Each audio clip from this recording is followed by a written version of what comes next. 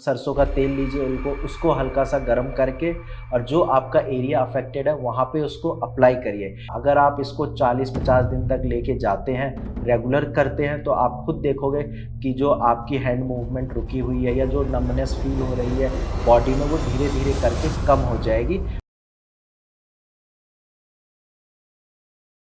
Hello, नमस्कार। मैं doctor Himanshu Parashar. आज इस वीडियो में आपको बताऊंगा कि पैरालिसिस पेशेंट के लिए मसाज क्यों ज़रूरी है और इसके क्या-क्या फ़ायदे हैं और मसाज को कैसे करना है। तो इस वीडियो के लास्ट तक आप बने रहिए। अगर आपके किसी नोन को या आपको पैरालिसिस की दिक्कत है, तो आप भी सीख जाएंगे कि मसाज कैसे करनी है और इसके क्या बेनिफिट्स होते हैं। सबसे पहले मैं आपको बता दूं कि पैरालिसिस की प्रॉब्लम होती क्यों है और क्या है पैरालिसिस की प्रॉब्लम। तो पैरालिसिस में मेनली आपके जो मसल्स होते हैं उसमें वीकनेस आ जाती है, नमनेस आ सकती है और मसल सही से काम नहीं करते, जिसकी वजह से आपके लिम्ब्स जो होते हैं, हाथ और पैर, वो काफ़ी ज़्यादा वीक हो जाते हैं। और पैरालिसिस की प्रॉब्लम होती इसलिए है क्योंकि कई बार पेशेंट को ब्रेन स्ट्रोक की दिक्कत आ सकती है, उस वजह से हो जाती है, या फिर स्पाइनल कॉर्ड में इंजरी होती है, या फिर कोई और न्यूरोलॉजिकल कंडीशन होती है जिसकी वजह से पैरालिसिस की प्रॉब्लम हो सकती है। अब हम बात करते हैं कि मसाज ज़रूरी क्यों है। अब देखो, कहीं भी आप बॉडी पे अगर मसाज करते हो, वहाँ पे ब्लड सर्कुलेशन इम्प्रूव होता है। अब पैरालिसिस पेशेंट के केस में क्या है, वहाँ पे मसल्स डैमेज है, मसल्स में स्टिफनेस आई है। तो जब आप अपने अटेंडेंट के या पेशेंट अगर खुद से मसाज करते हैं, जो एरिया उनका अफेक्टेड है वहाँ पे अगर वो रेगुलर 15 से 30 मिनट तक अगर मसाज करते हैं, तो वहाँ ब्लड सर्कुलेशन इम्प्रूव होता है। अगर वहाँ पे स्टिफनेस है तो वो स्टिफनेस कम होती है। तो इसीलिए मसाज बहुत ज़्यादा ज़रूरी है पैरालिसिस पेशेंट के लिए। इसके साथ-साथ अगर पेशेंट को पेन होता है और वो रेगुलर मसाज कर रहे हैं, तो उस पेन में भी आराम मिलता है। अब बात करते हैं कि मसाज करनी कैसे है। तो आप ऑयल से मसाज कर सकते हैं। ऑयल, सरसों का तेल लीजिए, उनको उसको हल्का सा गर्म करके और जो आपका एरिया अफेक्टेड है वहाँ पे उसको अप्लाई करिए।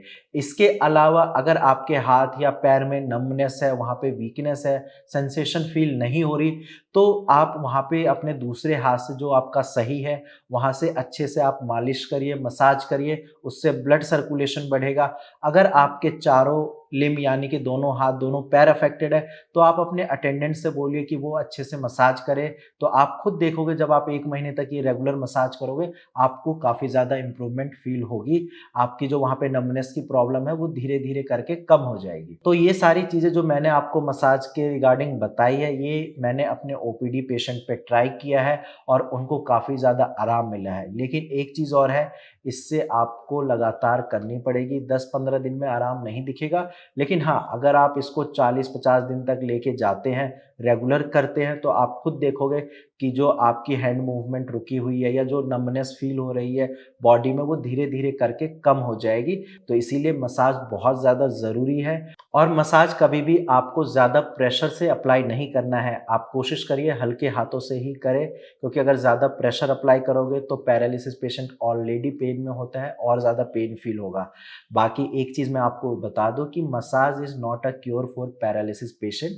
वो जस्ट एक थेरेपी है जिससे उनको काफ़ी आराम मिलता है। ठीक होने के लिए आपको मेडिसिन्स की ज़रूरत पड़ेगी, आप डॉक्टर को कंसल्ट करिए।